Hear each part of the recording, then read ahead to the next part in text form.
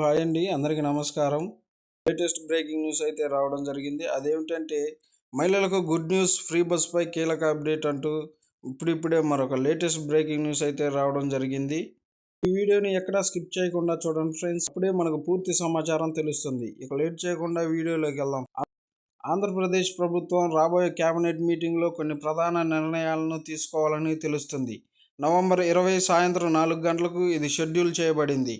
ఈ సమావేశంలో రాష్ట్రంలో మహిళా సంక్షేమం ఇంకా ఇతర సమస్యల మీద కార్యక్రమాలను దృష్టి సారించేలా నిర్ణయాలు తీసుకోనున్నారు. కేబినెట్ మీటింగ్లోని ముఖ్యాంశాల గురించి చూస్తే కీలకమైన పండుగ సంక్రాంతి నుంచి ఉచిత బస్సు ప్రయాణాన్ని అమలు చేయాలని నిర్ణయించినట్లు తెలుస్తుంది. ఇది అమలు అయితే ఎంతోమంది మహిళలు ఉచిత బస్సు ప్రయాణం ద్వారా ఆర్థిక ఉపశమనం కలిగే అవకాశం ఉంటుంది.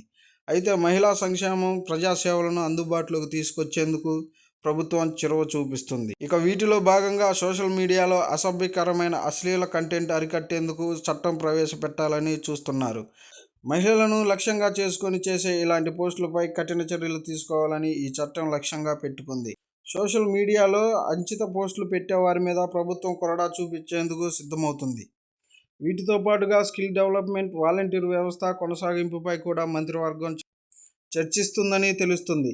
ప్రభుత్వ బిల్లులు ఇంకా పెండింగ్ ఉన్న సమస్యల గురించి మంత్రివర్గం చర్చించే ఛాన్స్ ఉంది. రైతుల సంక్షేమం కోసం అన్నదాత సుఖీభవ, అమ్మ వందనం ఇలా అన్నిటి మీద నిర్ణయాలు తీసుకోనున్నారు. ఏపీ ఫ్రీ బస్పై ఈ సమావేశంలో ఫైనల్ నిర్ణయం తీసుకునే అవకాశం ఉన్నట్టు తెలుస్తుంది. ఏపీలో కూటమి ప్రభుత్వం ప్రజలకు ఇచ్చిన హామీలను నెరవేర్చేందుకు కృషి చేస్తుంది. తెలంగాణలో ఆల్రెడీ ఉచిత బస్సుల పథకం అమలులో ఉంది.